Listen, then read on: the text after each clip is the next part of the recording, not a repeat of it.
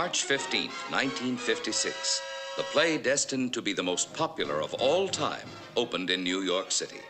The book and lyrics of Alan J. Lerner and the never-to-be-forgotten music of Frederick Lowe had brought George Bernard Shaw's story of the flower girl transformed into a London society lady to the hearts of the world.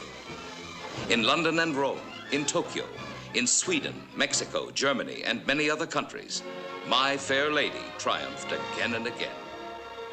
Finally, on February 6th, 1962, the most important motion picture purchase of modern times was headlined by newspapers, television, and radio.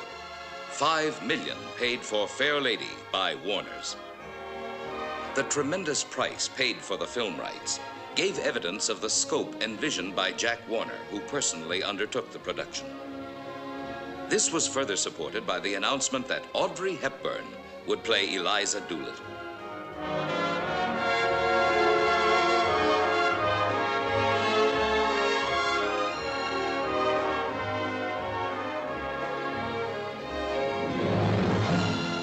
No one doubted that this was the lady for My Fair Lady. The indisputable first choice for the role of Professor Henry Higgins was Rex Harrison, the man who created the character. Eliza's irrepressible father, Alfred P. Doolittle, would be Stanley Holloway, who also created that role in the play. Wilfred Hyde White as Colonel Pickering. Gladys Cooper as Mrs. Higgins. Mona Washburn as Mrs. Pierce. Jeremy Brett as Freddie. Theodore Bickel as Sultan Karpati rounded out the distinguished cast.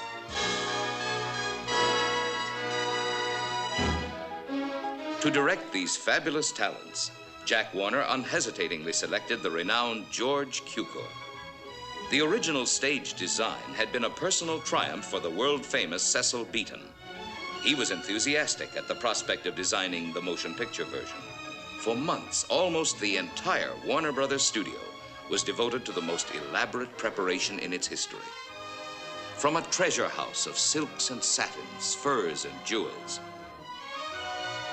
highly skilled artisans would create a world of elegance.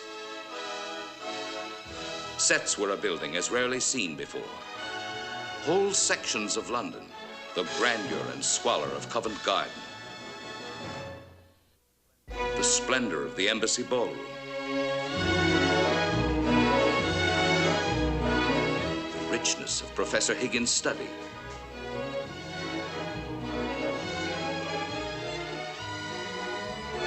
the high fashion of Mrs. Higgins' drawing room.